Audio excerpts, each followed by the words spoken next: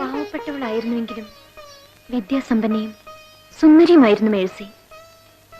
കേൾക്കുന്നവരുടെ എല്ലാം കണ്ണുകൾ ഈറനണിയിച്ച ക്രൂരമായ കൊലപാതകത്തിൽ അവസാനിച്ച ദുരന്ത കഥയിലെ നായികയാണ് മേഴ്സി. നായകനും വില്ലനുമായ രവിവർമ്മ തിരുവനന്തപുരം സെൻട്രൽ ജയിലിലെ തടവുമുറിയിൽ തൂക്കുമരവും കാത്ത് ജീവിച്ചിരിക്കുന്നു. നഗരത്തിലെ ഒരു ഇടത്തരം കമ്പനിയിൽ ക്ലാർക്കായി ജോലി ചെയ്തിരുന്ന മേഴ്സി ഒരു കൂട്ടുകാരിയുടെ വീട്ടിലാണ് താമസിച്ചിരുന്നത്. ഏതോ കൾച്ചറൽ പ്രോഗ്രാമിന്റെ ആഭിമുഖ്യത്തിൽ നടന്ന നൃത്ത പരിപാടിയിൽ വച്ചാണ് നല്ലൊരു നർത്തകി കൂടിയായ മേഴ്സിയെ ധനികനും വർമാസ് അഡ്വർടൈസ്മെന്റ് കമ്പനി ഉടമയുമായ രവിവർമ്മ ആദ്യമായി കണ്ടുമുട്ടുന്നു. മേഴ്സി, നിന്നെ പരിചയപ്പെടാൻ ഒരാൾ വന്നിരിക്കുന്നു. ഇത് mister Varma, Ravi Varma, proprietor Varmas advertising company. Congratulations miss. Mercy. മറവി ഇപ്പോഴും മാറിയിട്ടില്ലല്ലോ. നമ്മുടെ ക്ലബിന്റെ വെൽവിഷറാ. മീറ്റിങ്ങിനൊന്നും പുള്ളിയെ കിട്ടില്ല. ചോദിക്കുമ്പോ മറന്നുപോയെന്ന് പറയും. നിങ്ങൾ സംസാരിച്ചിരിക്കും, ഞാൻ ഇപ്പൊ വരാം.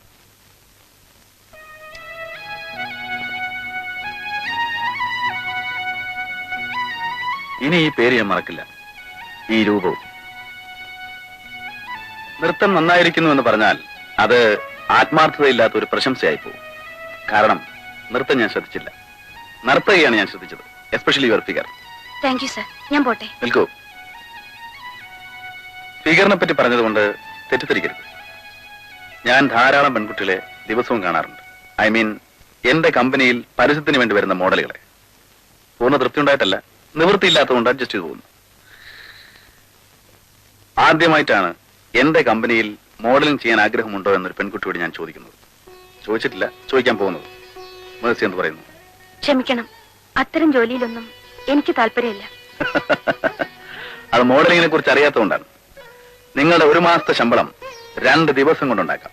പിന്നെ പേര്, പ്രശസ്തി. സോറി സർ, ഞാൻ പറഞ്ഞല്ലോ, എനിക്കതിൽ താല്പര്യമില്ല. ഓക്കെ, മേഴ്സിക്ക് ഞാൻ ഒരാഴ്ചത്തെ സമയം തരാം. മേഴ്സി ആലോചിക്കും. മറുപടി പോസിറ്റീവ് ആയിരിക്കുമെന്ന് ഇന്നു മുതൽ ഞാൻ സ്വപ്നം കാണും. അതിന് വിരോധമില്ലല്ലോ. See you. Good night.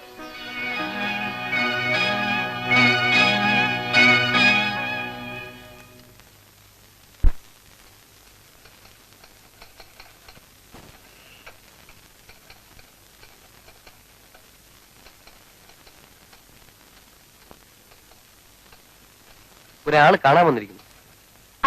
ആരാന്നറിയില്ല.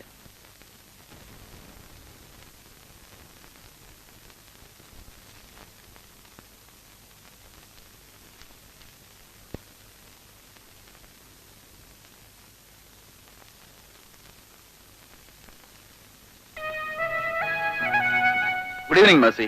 Good evening. ഇന്ന് 22-ാം തീയതിയാണ്. 15-7 22. നിങ്ങളെ പ്രസിഡന്റ് എന്ന് പറഞ്ഞില്ലേ, ഞാൻ ഭയങ്കര മറവിക്കാരനാണെന്ന്. അതെന്നെ അറിയാത്തതുകൊണ്ടാണ്. ഓർമ്മിച്ചിരിക്കേണ്ട കാര്യങ്ങൾ ഞാൻ കൃത്യമായി ഓർമ്മിച്ചു വയ്ക്കും. നമ്മൾ തമ്മിൽ കണ്ടുപിരിഞ്ഞിട്ട് ഇന്ന് കൃത്യം ഒരാഴ്ചയായി. മേഴ്സി എന്നെ നിരാശപ്പെടുത്തില്ലല്ലോ? ഞാൻ അന്നേ പറഞ്ഞതാണല്ലോ സാർ, എനിക്കതിൽ താല്പര്യമില്ലെന്ന്. താല്പര്യമുള്ള ധാരാളം കുട്ടികളുണ്ടെന്ന് സാറ് പറഞ്ഞല്ലോ. പിന്നെന്തിനാ എന്നെ ബുദ്ധിമുട്ടിക്കുന്നത്? ഇവിടെ ടൈപ്പിസ്റ്റിന്റെ ജോലിയാണല്ലേ മേഴ്സിക്ക്? അതെ. എത്ര രൂപ ശമ്പളം കിട്ടും? 650. 650. 10-200 രൂപയെങ്കിലും ഹോസ്റ്റലിൽ കൊടുക്കണം. പോയിട്ട് പിന്നെ 450. അത് വീട്ടിലേക്ക്. എല്ലാ മാസവും മേഴ്സിയുടെ ശമ്പളവും കാത്തിരിക്കുന്ന കുടുംബത്തിന് അത് വലിയ ആശ്വാസമായിരിക്കും. പക്ഷേ ഈ ജോലി പോയാലോ? എന്റെ നാക്ക് കരുനാക്കാണെന്നാണ് എല്ലാരും പറയാറ്. ഏതായാലും പറഞ്ഞ പോലെ ഇനി തിരിച്ചറിയാൻ പോകും. അങ്ങനെ എന്തെങ്കിലും സംഭവിച്ചാൽ മേഴ്സി വിഷമിക്കരുത്.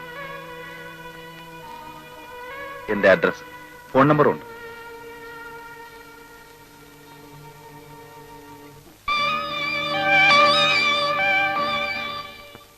എന്തിനാ നിന്നെ ജോലിന്ന് പറഞ്ഞു വിട്ടത്? എനിക്കൊന്നും അറിയില്ല സുമേ. വൈകുന്നേരം മാനേജർ വിളിച്ച് ഈ ലെറ്റർ തന്നിട്ട് പറഞ്ഞു, നാളെ മുതൽ ജോലിക്ക് വരണ്ടെന്ന്.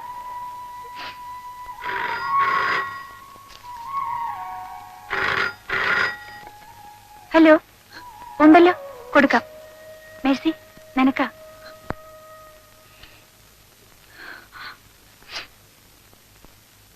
ഹലോ. സന്തോഷം കൊണ്ട് ചിരിക്കുന്നതല്ല കേട്ടോ. വിവരം അറിഞ്ഞപ്പോ സത്യത്തിൽ എനിക്ക് വിഷമം തോന്നി. എന്റെ കരുനാക്കിന് ഒരു രക്തസാക്ഷി കൂടി.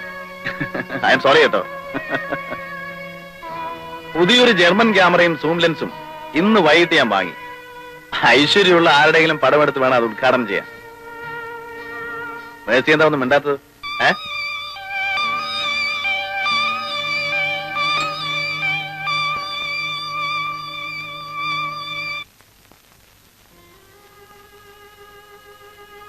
നീ ഇങ്ങനെ കൊച്ചുകുട്ടികളെ പോലെ ആയാലോ മേഴ്സി. ഒരു ജോലി പോയാൽ വേറൊരു ജോലി നമുക്ക് അന്വേഷിക്കാം. ഏതെങ്കിലും ചെറിയ കമ്പനിയിൽ വല്ല ടെമ്പററി ജോലിയും കിട്ടിയേക്കും. ആ ചെറിയ ശമ്പളം കൊണ്ട് വീട്ടിലെ കാര്യങ്ങൾ നടക്കുമോ സുമേ? നീ അതൊന്നും ഓർത്ത് വിഷമിക്കണ്ട. നല്ലൊരു ജോലി കിട്ടുന്നവരെ നിന്റെ വീട്ടിലേക്കുള്ള പണമൊക്കെ ഞാൻ അയച്ചോളാം. അതിനുള്ള നിവൃത്തിയൊക്കെ എനിക്കുണ്ട്. അതൊക്കെ എത്ര കാലത്തേക്ക് നടക്കും?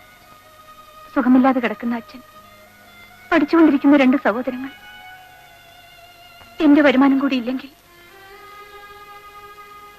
ഞാൻ ആലോചിക്കായിരുന്നു, അവിടെ പോയി എല്ലാവരും കൂടി പട്ടിണി കിടക്കുന്നതിനേക്കാൾ ഭേദമല്ലേ മോഡലിംഗ്